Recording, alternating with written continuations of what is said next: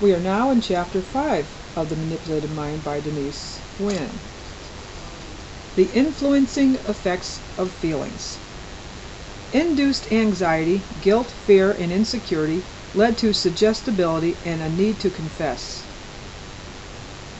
Degrading conditions and public humiliations served to undermine their egos. Why, asks Merleau, is there in us so great an urge to be conditioned, the urge to learn, to imitate, to conform, and to follow the pattern of family and group? This urge to be conditioned, to submit to the communal pattern and the family pattern, must be related to man's dependency on parents and fellow men. Animals are not so dependent on one another.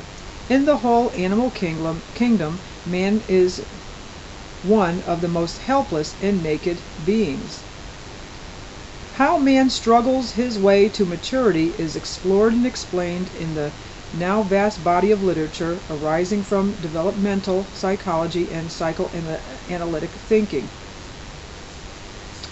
Most of a child's early needs are similar to those of young animals. He is dependent on his mother for food, protection, and warmth. But it takes much longer to learn to hold one's own and survive in a complex thinking society, and therefore the child is dependent far longer on his parents and susceptible far longer to their conscious and unconscious influence. He is, as he grows, testing out his environment, forming his identity, and using the reactions that meet his own actions to help him establish his potential and his limits, as well as to form and trust assumptions based on them. He is learning to create a personal framework from within which he will operate as a member of society, and he wants a secure base from which to move out and explore. That secure base is provided by the love and nurture that he can count on as a constant from his family, but that love may be seen by him as conditional upon his obedience of certain ground rules. American psychologist Carl Rogers believes that almost every child is the product of conditional positive regard.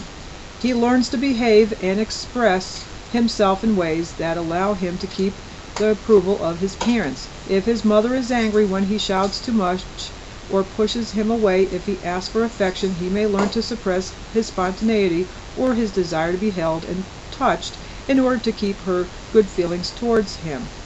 He learns to subordinate his emotional needs to meet what he sees as the requirements of approval. As his worldview is limited, he generalizes or assumes that what is requisite for approval at home is also requisite for approval from society at large. Though his behavior is shaped by these assumptions, his emotional needs don't disappear and may influence his behavior in ways of which he is not conscious, as he no longer recognizes that those needs exist. Every child needs to know, in an alien and confusing world, what responses he can expect to different actions he may make, so that he can store the information and operate safely on the basis of it.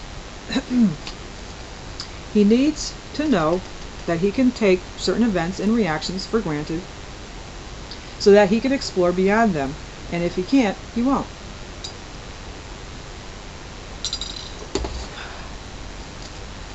Psychologist Erik Erikson has plotted the psychosocial development of individuals from such a framework. He suggests that there are 8 stages in the development of identity, and only if the conflicts that arise at each stage are successfully resolved will the individual achieve a sense of secure identity. Stage 1 is trust versus mistrust. Only if a mother meets the child's needs for attention, affection, and sustenance will the child learn to trust other people. Stage 2 is autonomy versus shame and doubt. By the age of 3, he is already exploring the world as he knows it and starting to act independently. If he receives encouragement from his parents, he learns to trust himself and his actions. If not, he learns to doubt himself and his abilities instead. At about age 4, the child enters stage 3, initiative versus guilt. He is now asking questions, coming up with his own ideas, making up his own games. If his parents encourage him, he develops confidence in himself. If they display impatience, He feels guilty and learns to be wary of initiating activity for himself. He may grow up to be dependent. Stage 4, Erikson calls industry versus authority. The child, now at school, will double his efforts to learn and achieve if he is encouraged and praised by his teacher. But if he is always incurring disapproval, he may feel he fails to meet others' standards and learn to feel inferior instead. At 12, he enters stage 5, identity versus role confusion. Now at puberty, he finds himself changing. If his identity has been positively reinforced up till then, he can weather the traumas of adolescence, but if he has been thwarted and made distrustful of himself and his potential, it is a frightening period of identity crisis and uncertainty.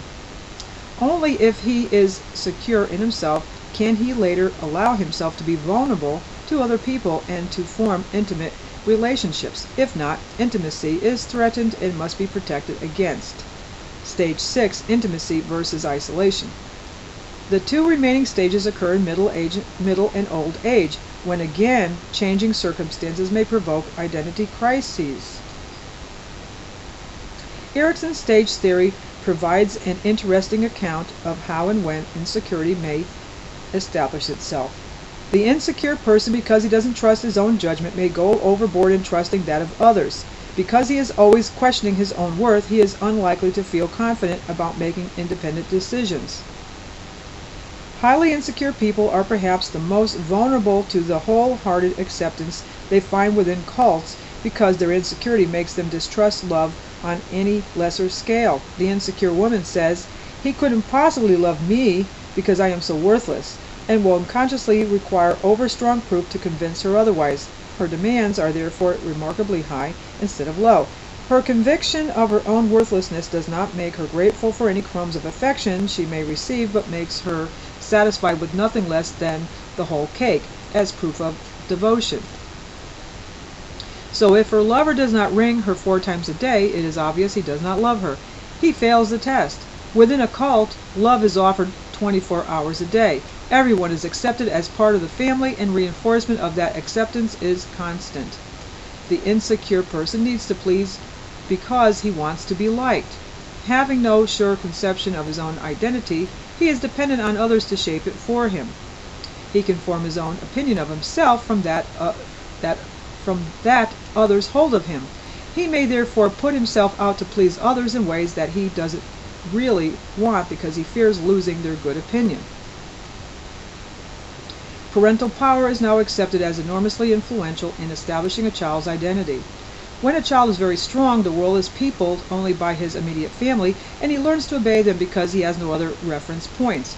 Because he wants affection and security, he is dependent upon them and works to maintain their approval. In his search for models for himself, he imitates them. Not only are his actions conditioned, the stove burns so he doesn't touch it again, but also his emotions. He may learn to fear being around anyone who is drunk because his father used to get drunk and then beat him and his mother. He may learn to suppress anger or to feel guilt or to avoid close contact, the influencing effects of which will be discussed.